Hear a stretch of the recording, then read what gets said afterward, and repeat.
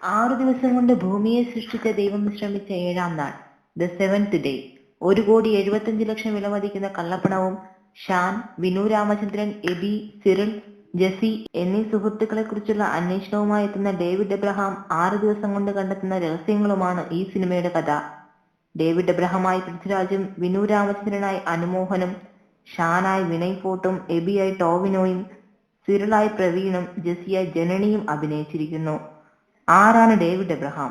എന്തിനാണ് അയാൾ അവരെ അന്വേഷിക്കുന്നത് എന്നതാണ് ഈ സിനിമയുടെ സസ്പെൻസ്.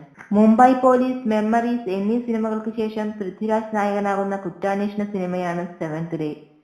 പുതുമുഖങ്ങളായ ശ്യാം സർ, അഖിൽ പോൾ എന്നിവരാണ് ഈ സിനിമയുടെ സംവിധാനവും രചനയും. അഖിൽ പോൾ കഥ, തിരക്കഥ, സംഭാഷണങ്ങൾ എന്നിവ എഴുതുകയും ശ്യാം സർ സംവിധാനം നിർവഹിക്കുകയും ചെയ്ത സെവൻത് ഡേ നിർമ്മിച്ചിരിക്കുന്നത് മൂവി ജംഗ്ഷന്റെ ബാനറിൽ ഷിബുജി സുചീലനാണ്. 6 ദിവസത്തെ അന്വേഷണത്തിനൊടുവിൽ രഹസ്യങ്ങൾ കണ്ടെത്തുന്ന നായകനും നായകനെ ചുറ്റിപ്പറ്റിയുള്ള ദുരൂഹതകളും കഥാവസാനം ആരും പ്രതീക്ഷിക്കാത്ത ഒരു സസ്പെൻസും.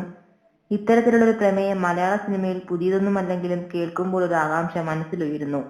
ഈ സിനിമയ്ക്ക് വേണ്ടി പുതുമുഖം അഖിൽ പോൾ എഴുതിയ കഥാസന്ദർഭങ്ങൾ ഒരുപക്ഷെ പുതുമ നിറഞ്ഞതാവാതിരുന്നതും പ്രേക്ഷകർക്ക് പ്രവചിക്കാനായതും പുതുമകളില്ലാത്ത കഥയായതുകൊണ്ടാവണം.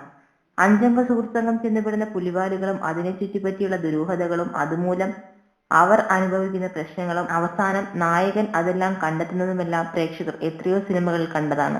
പൃഥ്വിരാജിന്റെ കഥാപാത്ര രൂപീകരണത്തിലൂടെയും മികച്ച സംഭാഷണങ്ങളിലൂടെയും പ്രേക്ഷകരെ 2.25 മണിക്കൂർ ത്രസിപ്പിക്കുവാൻ അഖിൽ പോൾ എഴുതിയ തിരക്കഥയ്ക്ക് സാധിച്ചു. ചിത്രത്തിന്റെ സസ്പെൻസിന് മാറ്റുകൂട്ടുന്ന മറ്റൊരു ഘടകം ദീപക് ദേവിന്റെ പശ്ചാത്തല സംഗീതമാണ്. വിദേശ സിനിമകളുടെ നിലവാരത്തിലേക്ക് വന്ന സംഗീതമാണ് ഓരോ രംഗങ്ങൾക്കും ദീപക് ദേവ് നൽകിയത്.